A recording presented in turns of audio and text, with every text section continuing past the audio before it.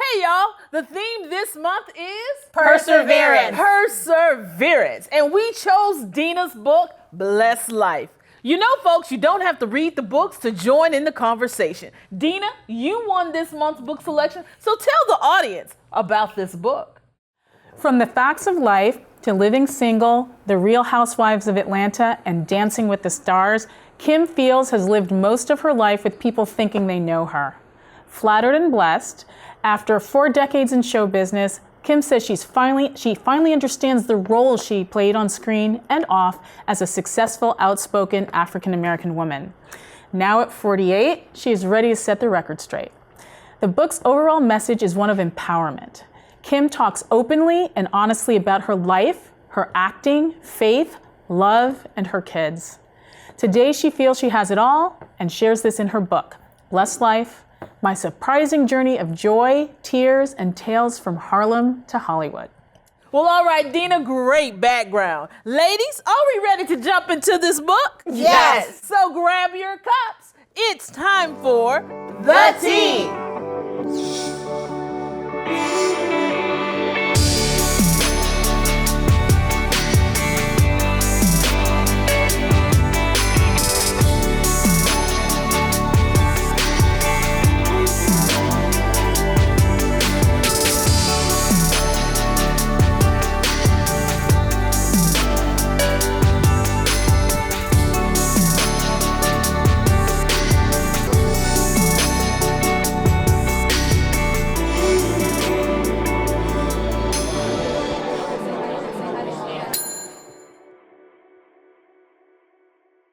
Well, Dina, you go ahead and get this conversation started about Blessed Life.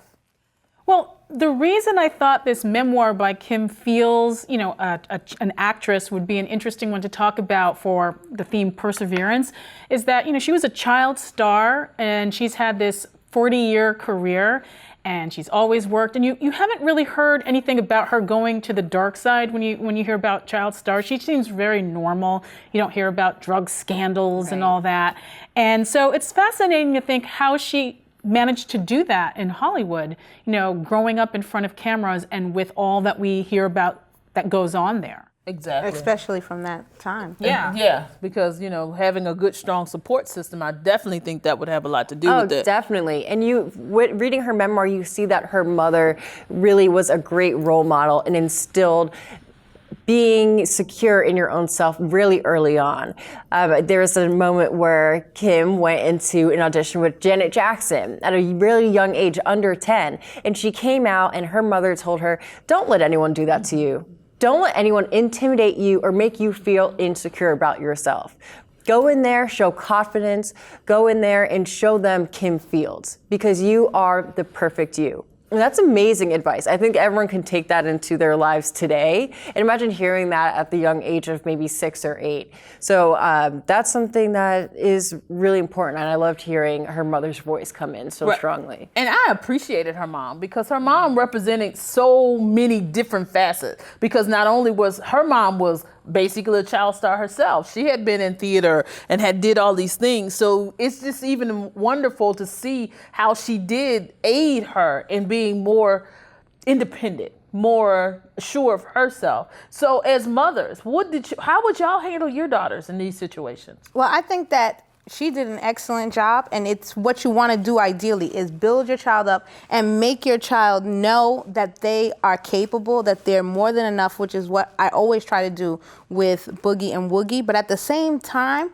when you read this book, you see that as a parent, there are some things that we cannot prevent. No matter what we say, no matter what we do, your child's going to wrestle with personal insecurities that there's nothing you can do to fix it because no matter how much her mother pumped her up, she was still struggling internally and wanting to be received. Even though she was being received so well, there was still a way she wanted to be perceived and be received by everyone. And she didn't feel like she was getting that type of reception. And there's nothing you can do to prevent that. And also, it's so difficult. You don't know when you've actually hit it and got it kind of right as a mom. You just send them out and you don't know when you've totally got it right. And I have 2 of them. And so you got 2 girls, double trouble. Yes. And one, even though I feed them the same message, one is always hesitant about her skills and whether she's ready and whether she can do something. And the other one, when I ask her, are you going to go do this? I'm ready. I'm ready. And I know that she's got that. But what can I do to make sure that she's got it? There's still something personal. Right. And I could see that in Kim, that it's inside and there's not something. She has to go live, experience, and grow through that. And I think Kim Phil's mom did a good job at that because she did recognize those internal conflicts. So when she saw it like take over, she immediately like dealt with it. Like, you're gonna get yourself together. You know, you're not gonna let anybody intimidate you. Right. And you letting somebody intimidate you, and they haven't even said a word to you. You just got fear. And well, there's a part of it too. As a mother, you know, it's not all your assignment. You don't live your children's lives. You just sort of boost them up as best you can. And that was what was really interesting. It was like that kind of independence of the time. I mean, it didn't seem like her mother hovered. She had set up a nice community and nice protection, but then Kim actually got to work through those things herself without someone micromanaging it.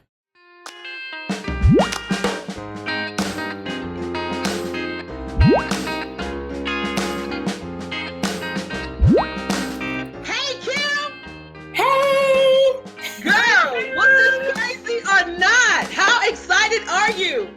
I'm so excited to be here. Thanks for having me, guys. I hope you're all ready for me. Well, thank you so much for acknowledging my book, my story, and the journey that God has blessed me to have and continue to be on.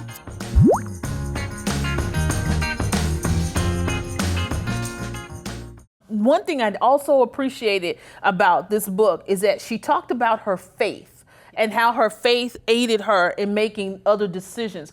And it wasn't to the point where it was overkill. You know how you've read some books and you're like, really? You just being so unrealistic about this situation? You know, it's like she really dealt with faith in a realistic way. What did you perceive out of the faith piece when she was talking about that? Well, I thoroughly enjoyed the faith piece, especially when she talks about her accident, because I was in a similar car accident. I was hit by a van. Right. And I was the only person who got hit. So there were 3 people standing on the corner, and I was the only person who got hit. So I was always wondering, why did I get hit? And she's wondering, why did she survive? Yeah. And you only in the end, it's like, oh, I have this purpose, this function. There's something greater at work here and what's going on. And you have to wrestle with all these complex things that happen to you, and being able to turn to God, being able to turn to your faith, and it gets you through the most difficult moments of your life. And it also gets you through the greatest moments, because she still celebrates her faith, good or bad, which is what I really liked is, it's not she didn't paint it one-sided. Yes, and then it was like, even with the accident, what messed me up with the accident is when she said, somebody grabbed me, and they kept saying, praise him through it, praise your way through it, praise your way through it. And she said, to this day, I don't know who that was or what that was, or even if it was anybody at all. Right. And I thought she handled that in such a way that it didn't seem spooky. You know, it didn't seem like doo-doo-doo-doo kind of situation. You know, it's just like she handled it, and she gave people another outlet, another outlook of the whole faith-based situation, as opposed to just throwing it out there. Right, and it made everything realistic. Yes. I mean, the title is Blessed Life, and you aren't sure if you aren't religious, if you'd be comfortable with it, or if you are devout, then is it going to be still within your lines that you're comfortable? But what I loved about this is that she deals with her faith in such a realistic way that this book is definitely a great read for everyone. Yes. It isn't that she's isolating anyone. She's saying that this is my personal journey. Something really traumatic has happened, but because it took that event for her to grow and to start appreciating things in a different way. Totally agree. And it was about her faith, not necessarily about following a religion, because, when she was getting married the first time, she had an issue with her pastor, and actually she didn't go with the fold. She went with her faith, not with the pastor. Yeah. And that's major, because a lot of times people say, well, but you know what? She couldn't blame anybody for her decisions. And that's what I really appreciated, because she didn't go into that woe is me, God, you did this to me, and all that. She really, and like you said, she really kept it to about just her faith. She didn't single any one situation out. It was more like a tool for her. It was Exactly. like she had, an inner life, and in Hollywood, where you think everything is about the outer life, the appearances, what's going on out there, that was actually really tremendous that, from such a young age, she was just able to sort of navigate it. And I think this is a good example of the faith as your tool. Yeah, and I think she really used it as a tool when she talked about when she did the play. When she did the play, and she was like, I don't know why I did this play. I didn't pay anything. I didn't get paid. I did it for free. And it's like so many times we do things and don't know why, and didn't realize the character in the play was going to lead to the character. Yes, it was a setup. It was a setup. And when you have that faith, you can surrender and you can go with the process and see what's going to come out in the end, and see that you don't always have to. I think that it's kind of magnificent. You don't always have to get the blessing immediately. Yes. And that's what the blessed life is. It's not always an immediate return on your investment, but you are going to get a return when you're invested in your faith and invested in yourself. And we don't always see that. And even she had to struggle through that, just looking at those moments where she's trying to get her production company off the ground. And it never works. It's never working. But she's able to do all these other things in Hollywood. So clearly she's competent. Exactly. And it's not working. And that becomes something you struggle with, but it doesn't stop her from doing any work or getting the blessings she's supposed to get. But again, that goes back to perseverance, because she never gave up. And I think anybody that reads this book, if you're going through anything, if nothing else, this book will definitely encourage you to look over the stuff, because every setback doesn't necessarily mean that it's a setback. Definitely. It's a setup for a come up. Come on here, say that one more time. It's a setup for a come up. I like it. I'm going to steal that quote from you. Yeah. We're going to definitely steal that one.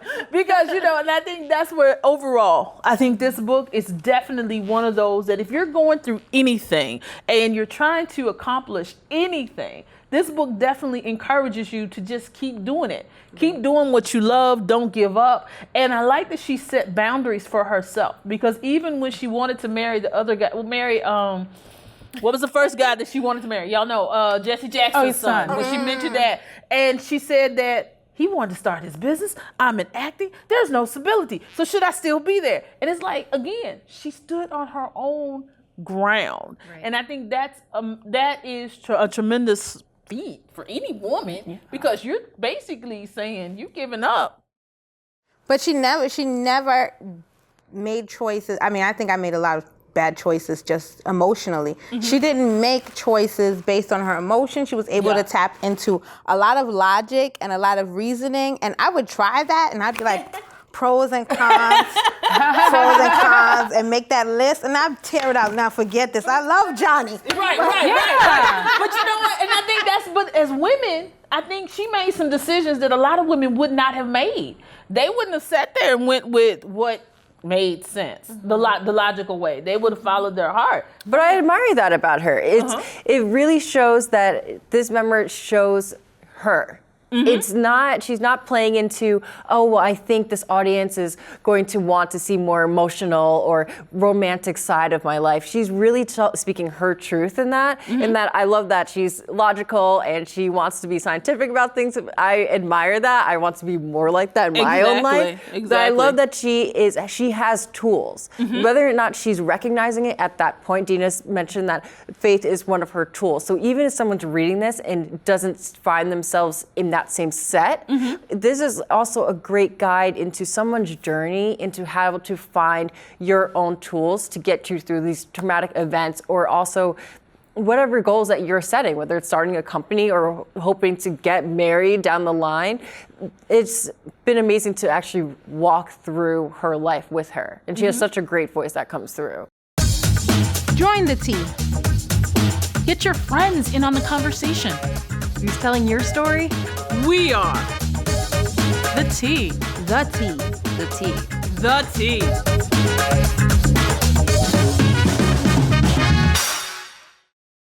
Janelle, if you had an opportunity to say one thing to Kim, what would it be? Kim, thank you so much for sharing your journey and your voice in The Blessed Life. I loved hearing your journey through childhood, acting, and then into adulthood. I really loved all the inspirational advice that your mother gave to you, and you've passed it on to us. So, Deborah, what would you say to Kim? Well, I would have to tell Kim, thank you. Thank you so much for being open and honest about being always considered the friend, because so many young girls are wondering why they aren't the girlfriend. Why can't they be like always in the limelight? But you took us on your journey of just being the friend and then being okay with it. I had to appreciate you grabbing hold to that and knowing that it was just a stepping stone to take you to where you are now. What would you tell Kim, Nigeria? I would tell Kim, thank you so much for sharing with us your pursuit of your passion and letting us know that you do not have to be desperate. Neither do you have to give up your identity or come out of your character to achieve your goals and your dreams. Thank you, Kim. Dina, what would you say to Kim? So, as a child star, you grew up in front of us and you shared your life with us very early. And, you know, from this book, it's very clear that there's so much that you have done. But I have to thank you for Tootie, because I was a little girl watching you on The Facts of Life, and I decided to go away to boarding school, which was a scary thing to do, inspired by you, by seeing myself in that environment through your character. And now I'm a doctor and I have my own practice, you know, and a lot of that was from these opportunities that I was willing to take, seeing someone like you in front of the camera. So I thank you for that. Thanks, Dina. Yeah, that nice. was great. We really appreciate you clicking in, and we hope you will help keep the conversation going and growing all right here on our Facebook page. Subscribe to our YouTube channel and watch our new episodes every Thursday. So y'all remember, who's telling your story? The team!